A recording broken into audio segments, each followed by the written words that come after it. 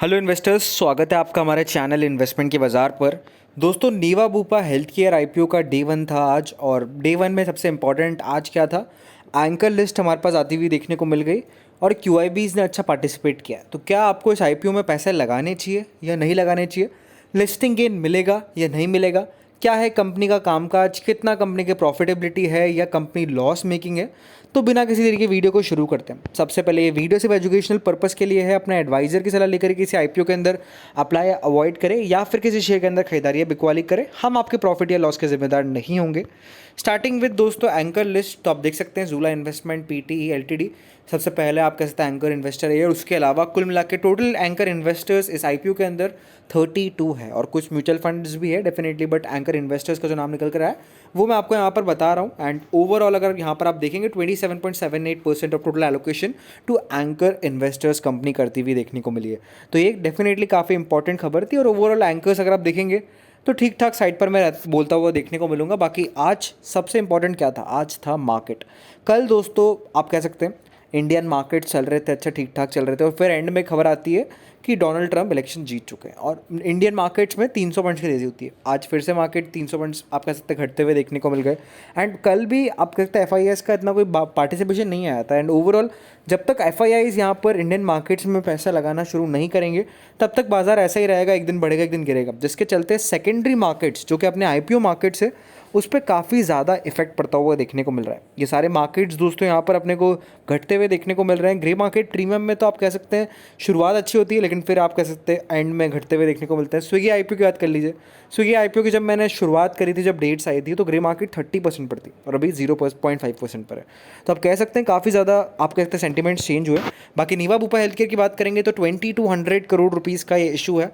Maximum portion की अगर बात करेंगे तो वो ओएफएस में जाता हुआ देखने को मिलेगा, जो कि 1400 करोड़ रुपए के आसपास है।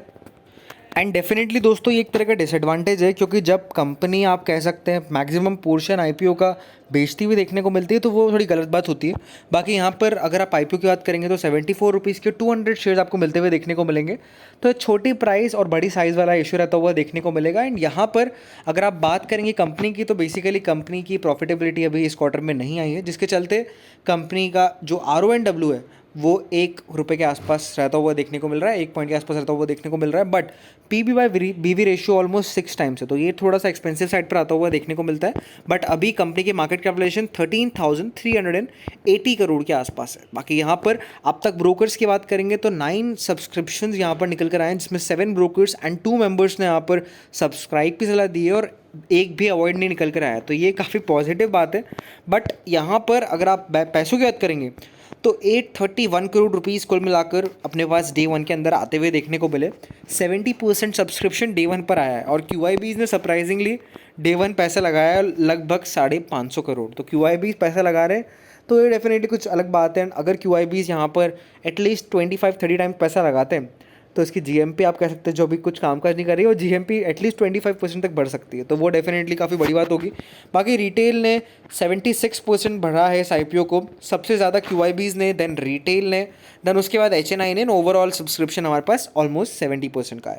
बाकी यहाँ पर ग्रे मार्केट प्रीमियम की बात करेंगे तो बेसिकली अभी जीएमपी में कोई कामकाज नहीं है। जीएमपी में 0 रुपीज़ जीएमपी नहीं है, जीएमपी में कोई कामकाज ही नहीं है, ना कोई ट्रेडिंग हो रही है जीएमपी में। अभी जीएमपी में एग्जैक्टली कोई कामकाज नहीं है। बाकी इस आईपीओ को 10 में से 4 रेटिंग दी गई है। हमारी सलाह यही होगी कि डे 2 में जो अगर सब्सक्रिप्शन अच्छा आता है, जीएमपी में कुछ कामकाज होता है, तब सोचेंगे इस आईपीओ के बारे में। बाकी ओवरऑल यही सलाह रहेगी कि दूर रहें कंपनी से, क्योंकि अभी बेसिकली कंपनी लॉस में। अगर अगले क्वार्टर में डेफिनेटली कंपनी अच्छा करती है तो हम इंडियन ओपन मार्केट्स के अंदर से खरीदारी करने के बारे में ज़्यादा सोचते हुए देखने को मिलेंगे। तो होप सो आपको आपका डिसीजन मिल गया होगा। एंकर लिस्ट पर बात करी हमने, अप्लाई अवॉइड पर बात करी, जीएमपी बात करी, एंड ऐसे ही छोटे एंड इंटरेस्टिंग मीनिंगफुल अपडेट्स के लिए हमारे चैनल को सब्सक्राइब करें। Thank you from this video.